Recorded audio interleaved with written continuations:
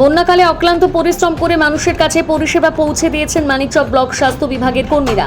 সেই পরিশ্রমকে সকলের কাছে দৃষ্টান্ত তুলে ধরে স্বীকৃতি দিল international organisation of scientific research সংস্থা journal of dental and medical সায়েন্সে তুলে ধরা হলো মানিকচক স্বাস্থ্য বিভাগের কাজ। আর এতে বেজায় খুশি স্বাস্থ্যকর্মীরা। হাতে এসে পৌঁছেছে মানিকচক ব্লক স্বাস্থ্য বিভাগের কাছে স্বাস্থ্যকর্মীদের যে অক্লান্ত পরিশ্রম তা একেবারে দৃষ্টান্ত, এমনটাই জানিয়েছেন ডক্টর অভিক শঙ্কর কুমার।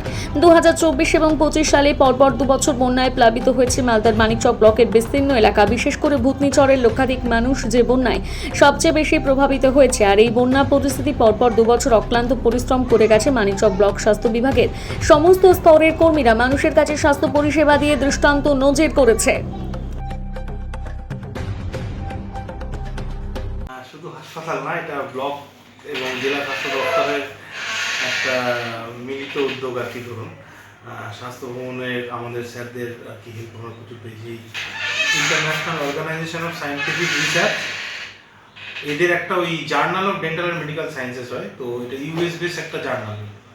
ভারতবর্ষের গুড়গাঁও হরিয়ানাতে এদের পাবলিশিং একটা হাউস আছে, সেখান থেকে প্রিন্টেড হয়েছে। তো আমরা বিগত 24-25-এ আমাদের CMOS sir doctor Sudipta Bhaduri, doctor Dipankar Majhi sir director of hospital administration, আমাদের DHS sir doctor Swapan Soren sir এবং doctor Tushar Kanti sir, doctor Kallol Bhandari sir, এরা স্বাস্থ্য ভবনের অফিসার যারা আছেন, আমাদের 2 সিনিয়র পিএইচএনডি নীলিমাদি এবং সোমাদি, আমাদের Tandra madam deputy CMS 2 doctor Amitabha Mallick sir, এরা সবাই মিলে আমরা একটা লং টার্ম একটা আইলেট, ধরুন আমাদের ভূতনিতে একটা আইলেট মানে চর, সেই ফ্লাডে যখন ওয়াটার লগিং হচ্ছিল, এবার দীর্ঘদিন ধরে জমা জল থাকলে বা দীর্ঘদিন বন্যা হলে তার একটা প্ল্যানিং আলাদা।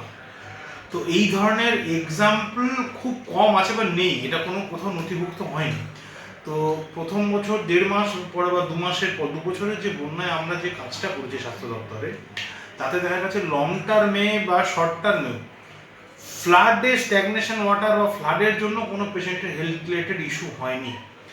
আমরা ধরুন প্রায় 2 বছর মিলিয়ে 8000+ ক্যাম্প, ইভেন টেম্পোরারি হসপিটাল চালু করা, ওয়াটার অ্যাম্বুলেন্স, পাড়ায় পাড়ায় বৈঠক করে ব্লিচিং এবং ক্লোরিন অ্যাক্টিভিটি পিএইচই দপ্তরের সঙ্গে মিলে, এবং স্বাস্থ্যকর্মের ক্লোজ মনিটরিং এবং গর্ভবতী মাদের সেফলি ট্রানজিট করা, পর্যাপ্ত পরিমাণ অ্যান্টি স্নেক ভেনম অ্যাভেলেবেল করে রাখা, যার জন্য দেখবেন সাপে কাটা, ডায়রিয়া, জ্বর এবং প্রেগনেন্ট মা, আমরা 2024-এ একটি প্রেগনেন্ট তাও ওনাকে অনেকবার আমরা কাউন্সিলিং করলাম, একটা প্রেগনেন্ট মাকে আমরা 2024 সালে সিএ করতে পারি, কিন্তু মেজর কোনো ইনসিডেন্ট এছাড়া আমাদের হেলথ ডিপার্টমেন্টের ক্লোজ মনিটরিংয়ের জন্য এবং জেনারেল অ্যাডমিনিস্ট্রেশনের ক্লোজ মনিটরিং, আমাদের ডিএম স্যার, বিডিও সাহেবরাও তখন প্রচণ্ড অ্যাক্টিভলি এই ব্যাপারটাতে হেল্প করেছেন, যাতে কোনো মানুষের অবশ্যই মৃত্যু না হয়।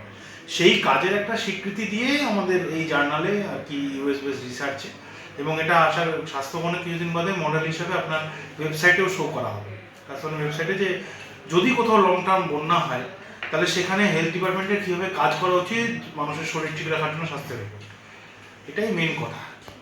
আমরা তো আশা করছি তাই, কারণ বন্যার সময় আমাদের একটা কি পারফরমেন্স ইন্ডিকেটার হয়, তাতে একটা প্যারামিটার থেকে বেড অকুপেন্সি রেট, মানে আমার 30টা বেড, ধরুন 30টা বেডে 30 দিন যদি ফুল থাকে তাহলে 900 পেশেন্ট হওয়ার কথা, সেখানে আমরা 9000 পেশেন্ট অকুপাই করেছি, মানে 100% হচ্ছে আপনার যদি অকুপেন্সি 1000% হয়েছিল, মানে আমাদের ক্যাপাসিটির তুলনায় বেশি আমরা পেশেন্ট ম্যানেজ করেছি। স্বাভাবিক হসপিটালের পেশেন্ট লোড তো আছে, এবং সেটা সাকসেসফুলি, এবং সেই জার্নাল এটাই নথিভুক্ত করেছে আমাদের, যে বিভিন্ন পোর্টাল থেকে ডাটা নেওয়া বা আমাদের কাছ থেকে ডাটা যেগুলো নেওয়া হয়েছিল, ফটো নেওয়া, ম্যাপ করা, এবং এটা অন্যান্য জায়গায় ফ্লাড এলে মডেল হিসাবে যদি ইমপ্লিমেন্ট হয়, এটা একটা বিরাট অ্যাচিভমেন্ট বলতে পারেন। আমরা মানিকচকবাসীর আশীর্বাদ, ভালোবাসা, আমাদের স্বাস্থ্য দপ্তরের আমাদের মাননীয় বিধায়কও আমাদের শুভেচ্ছা জানিয়ে অভিনন্দন জানিয়েছে আজকে ফোন করে সকালে এই ব্যাপারটা নিয়ে।